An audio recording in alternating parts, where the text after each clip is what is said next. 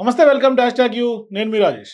కేసీఆర్ తెలంగాణలో ఓటమి పాల తర్వాత ఇవాళ సీఎంగా లేకుంటే అధికారం పోయిన తర్వాత ఇవాళ కొత్త రాజకీయానికి కేసీఆర్ తెరలేపుతున్నాడు.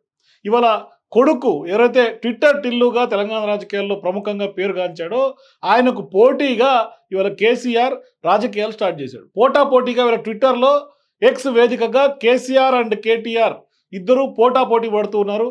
ఇవాళ ప్రభుత్వాన్ని ఇరుకాటం పెట్టే ఒక సందర్భంలో ప్రధానంగా తెలంగాణలో ఉన్నటువంటి చిన్న చిన్న సమస్యలను కూడా పక్కదోవ పట్టిస్తూ ప్రజల్లోకి విస్తృతంగా ప్రభుత్వం పైన బురదేసే కార్యక్రమం ప్రధానంగా ఇవాళ కేసీఆర్ కొత్త రాజకీయానికి గుడితేరు లేపాడు. అయితే ఇవాళ ఎప్పుడైతే మొన్నటికి మొన్న బీఆర్ఎస్ ఆవిర్భావం రోజున ఎక్స్ వేదికగా ఇదే నా ఎక్స్ వేదిక, నేను ఇవాళ నుంచి అఫీషియల్గా అకౌంట్స్ ఓపెన్ చేశారంటూ కూడా ఎక్స్ కానీ ఫేస్బుక్ కానీ ఇన్స్టా కానీ ఆ అకౌంట్స్లో కేసీఆర్ ఎంట్రీ ఇచ్చాడు. ప్రధానంగా ఆవిర్భావ దినోత్సవ వేడుకలతోటే మొదటి ట్వీట్గా ఆయన గత 3 రోజుల క్రితం ఎక్స్ వేదికను ఆయన స్టార్ట్ చేశాడు. ఇప్పుడు ఎక్స్ వేదిక ద్వారానే ఇవాళ ప్రభుత్వాన్ని మొదటి సమస్య ఇవాళ గత రాత్రి లేవనెత్తాడు. అయితే ఇవాళ ఉస్మానియా యూనివర్సిటీలో తెలంగాణలో కేసీఆర్ 10 ఏళ్ల కాలంలో ఏ రోజు ఉస్మానియా యూనివర్సిటీ మీద శ్రద్ధ పెట్టలేదు. ఉస్మానియా యూనివర్సిటీ పిల్లలన్నా లేకుంటే అక్కడ ఉస్మానియా యూనివర్సిటీ అన్నా కూడా అసలు కేసీఆర్ పూర్తి స్థాయిలో ఫోకస్ చేయనటువంటి ఒక సెగ్మెంట్గా చెప్పాలి. ఇప్పుడు అధికారం పోయిన తర్వాత ఉస్మానియా యూనివర్సిటీలో సమ్మర్ వెకేషన్స్ ఇస్తే దానికి సంబంధించినటువంటి నోట్ హాస్టల్ వార్డన్ ఇస్తే అక్కడ విద్యార్థులు గత రాత్రి కొంచెం నీళ్లు రాక కొద్ది ఇబ్బందులు పడుతున్నటువంటి నేపథ్యంలో కొంత ధర్నా చేసినటువంటి ఆ విద్యార్థులని అట్లాగే వార్డన్ ఎమ్మటే సెలవులు ప్రకటించింది 1 తారీఖు నుంచి. ఒక నెల రోజుల పాటు సమ్మర్ వెకేషన్స్ ప్రకటించారు. అయితే దాన్ని ఇవాళ ట్విట్టర్ వేదికగా పెట్టి వాస్తవానికి తెలంగాణలో కరెంటు కోతలు నీటి సమస్య పైన కూడా సీఎం కేసీఆర్ మరోసారి రాష్ట్ర ప్రభుత్వం పైన విమర్శలు గుప్పిస్తున్నారు, అది కూడా ఎక్స్ వేదికగా. అయితే ఆయన ఇటీవల సోషల్ మీడియాలకు అడుగుపెట్టినటువంటి కేసీఆర్ ప్రధానంగా ఆయన నీటి కొరత విద్యుత్ కొరత కారణంగానే వచ్చే నెల 1వ తేదీ నుంచి కూడా ఉస్మానియా యూనివర్సిటీలో హాస్టల్స్ మూసివేస్తున్నట్లు కూడా యూనివర్సిటీ అధికారులు ప్రధానంగా నోటీసులు జారీ చేయడం పైన కూడా ఆయన సోమవారం స్పందించి ఎక్స్ వేదికగా ప్రభుత్వాన్ని ఇరకాటంలో పెట్టారు.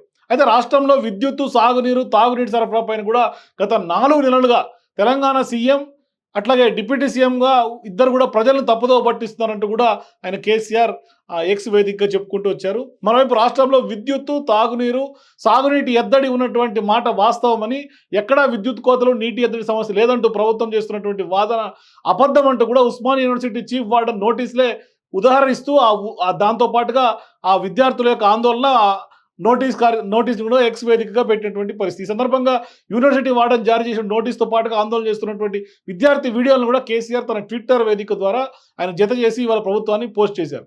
అయితే ఇట్లాంటి సందర్భంలో రాష్ట్రంలో కాంగ్రెస్ ప్రభుత్వం కృత్రిమ కరువు సృష్టించిందని, తాము అధికారంలో నుంచి దిగిపోయిన వెంటనే కట్క బంద్ చేసినట్లు కూడా విద్యుత్ కోతలు మొదలయ్యాయంటూ కూడా కాంగ్రెస్ ప్రభుత్వాన్ని కేసీఆర్ ఇవాళ టార్గెట్ చేస్తున్నటువంటి పరిస్థితి పెద్ద ఎత్తున ప్రభుత్వం మీద దుమ్మెత్తి పోస్తున్నటువంటి నేపథ్యం.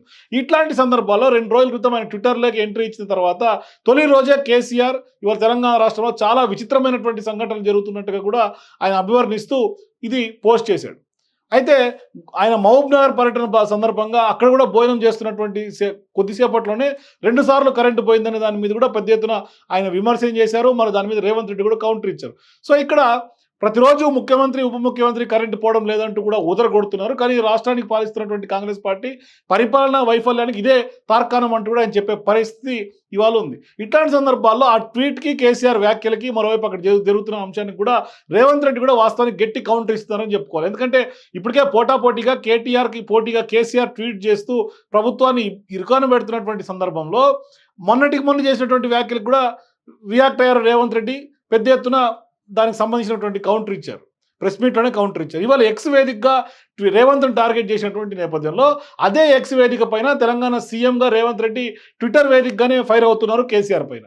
కేసీఆర్ని చూస్తే గోబల్ మళ్ళీ పుట్టుకొస్తున్నాడు అనిపిస్తోంది అంటూ కూడా మొన్నటి సూర్యాపేటలో, నిన్న మహబూబ్ నగర్లో, ఈరోజు ఉస్మానియా యూనివర్సిటీకి సంబంధించినటువంటి తప్పుడు సమాచారాన్ని ప్రజల్లోకి తీసుకెళ్ళడానికి సాయశక్తుల ఇవాళ కేసీఆర్ ప్రయత్నం చేస్తున్నట్టు కూడా రేవంత్ రెడ్డి గట్టి కౌంటర్ ఇచ్చారు కేసీఆర్కి.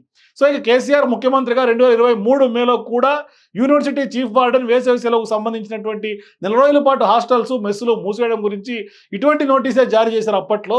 మరి ఆ డేట్స్ కూడా ఉదహరించాడు. అప్పట్లో 12/5/2023 నుంచి 5/6/2023 వరకు కూడా అందులో కూడా విద్యుత్తు నీటి కొరతల గురించే ప్రస్తావించారు. ఇవాళ కాంగ్రెస్ వచ్చాక కూడా యూనివర్సిటీ మూసేస్తున్నట్లు దిక్కుమాలిన దివాలా కోరు ప్రచారం చేయడం కేసీఆర్కి దిగజారుతనానికి పరాకాష్ట అంటూ కూడా రేవంత్ రెడ్డి ట్వీట్ చేస్తూ ఫైర్ అవుతున్నటువంటి పరిస్థితి. సో ఇప్పుడు ఏమర్థమవుతోంది అంటే ప్రతిపక్షంలో ఉంటే ఒక విధానం, అధికార పార్టీ పక్షంలో ఉంటే ఒక విధానం. ఇదే కేసీఆర్ సీఎంగా ఉన్నప్పుడు గత సంవత్సరం 2023లో కూడా ఇదే వేసవి తాపానికి, ఇదే నీటి ఎద్దడికి, ఇదే విద్యుత్ సంక్షోభానికి, ఇదే క్రైసిస్కి గతంలో కూడా హాస్టల్ సెలవిస్తే అప్పుడు కూడా చీఫ్ వార్డర్ నోటీసులు జారీ చేస్తే ఇవాళ కూడా సేమ్ ప్రాసెస్ కింద సేమ్ నోటీసులు జారీ చేశారు. ఇందులో తప్పుపట్టాల్సినటువంటి అవసరం ఏముంది? దాన్ని ఇవాళ పెద్ద ఎత్తున భూతద్దంలో పెట్టి ప్రజల్లోకి తప్పుడు ప్రచారాన్ని వాస్తవానికి తీసుకెళ్తున్నారు కేసీఆర్. అయితే వాస్తవానికి రేవంత్ రెడ్డి ఒపీనియన్ ఇంకో రకంగా ఉంది. రేవంత్ రెడ్డి ఏం చెప్తున్నారు సీఎంగా ఆయన అధికారికంగా, నా చేతికి కాంగ్రెస్ పార్టీ అధికారం వచ్చిన సందర్భంగా అప్పుడు కేసీఆర్ ఇచ్చిందే నాకు డిసెంబర్ 3వ తారీఖు తర్వాత, అంటే డిసెంబర్ 3 రిజల్ట్స్ వచ్చిన 7వ తారీఖు నేను బాధ్యతలు తీసుకున్నా ప్రమాణ స్వీకారం చేసి. అప్పటికే వర్షాకాలం అయిపోయింది, ప్రాజెక్టులో నీళ్ళు ఎండిపోయినాయి, మరోవైపు పెద్ద ఎత్తున కరువు క్షామం ఉన్నటువంటి సందర్భంగానే నా చేతికి అప్పుల కుప్ప, మరోవైపు కరువు ఉన్నటువంటి రాష్ట్రాన్ని నా చేతితో పెట్టారు. దాన్ని కాంగ్రెస్ పార్టీ మీద నెపం నెట్టడం ఎంతవరకు కరెక్టు అనేది రేవంత్ రెడ్డి స్వయంగా చెప్తూ ఉన్నాడు. మరోవైపు విద్యుత్ కోతలు, వాటర్ షార్టేజ్ కూడా ఎట్లా వచ్చిందో పూర్తి స్థాయిలో ఇన్ డీటెయిల్డ్గా చెప్పినటువంటి పరిస్థితి. కానీ ఇదే కేసీఆర్ ఇవాళ ట్విట్టర్ వేదికగా స్పందిస్తున్నాడు కేటీఆర్కి కొంత ధీటుగా. మరి అసెంబ్లీకి వచ్చి ఎందుకు స్పందించలేదు అనేది కూడా రేవంత్ రెడ్డి యొక్క సూటి ప్రశ్న. కానీ ఇవాళ ఖచ్చితంగా కేసీఆర్ అసెంబ్లీకి వచ్చి ఉంటే ఖచ్చితంగా ఇరుకుని పడేవాడు అనేది కూడా రేవంత్ రెడ్డి స్పష్టంగా చెప్తున్నాడు. సో ఇప్పుడు ప్రధానంగా కేసీఆర్ తండ్రి కేసీఆర్ ఇద్దరు ఇవాళ ట్విట్టర్ వేదికగానే పోటాపోటీ పడుతున్నారు. మరి సోషల్ మీడియా వేదిక ద్వారానే కొంత ప్రజల్ని తప్పుదో పట్టించే ప్రయత్నం ఇవాళ కేసీఆర్ చేస్తున్నాడు అనేది కూడా రేవంత్ రెడ్డి యొక్క పూర్తి స్థాయిలో కౌంటర్ చేసి కేసీఆర్ ట్వీట్ని తిప్పికొట్టేటువంటి పరిస్థితి కనిపిస్తుంది. మొత్తం మీద కొంత హాట్ రాజకీయాలకు పార్లమెంటు ఎన్నికలు వస్తున్నటువంటి సందర్భంగా ఇవాళ నీటి ఎద్దడి, కరెంటు కోతలు లేకున్నా కూడా ఉన్నట్టుగా సృష్టించే కరెంటు కోతలు, ఇట్లాంటివన్నీ కూడా ప్రధానంగా ఇవాళ ఎజెండా పార్లమెంట్ ఎన్నికల ఎజెండాగానే కనిపిస్తుంది. For more videos please watch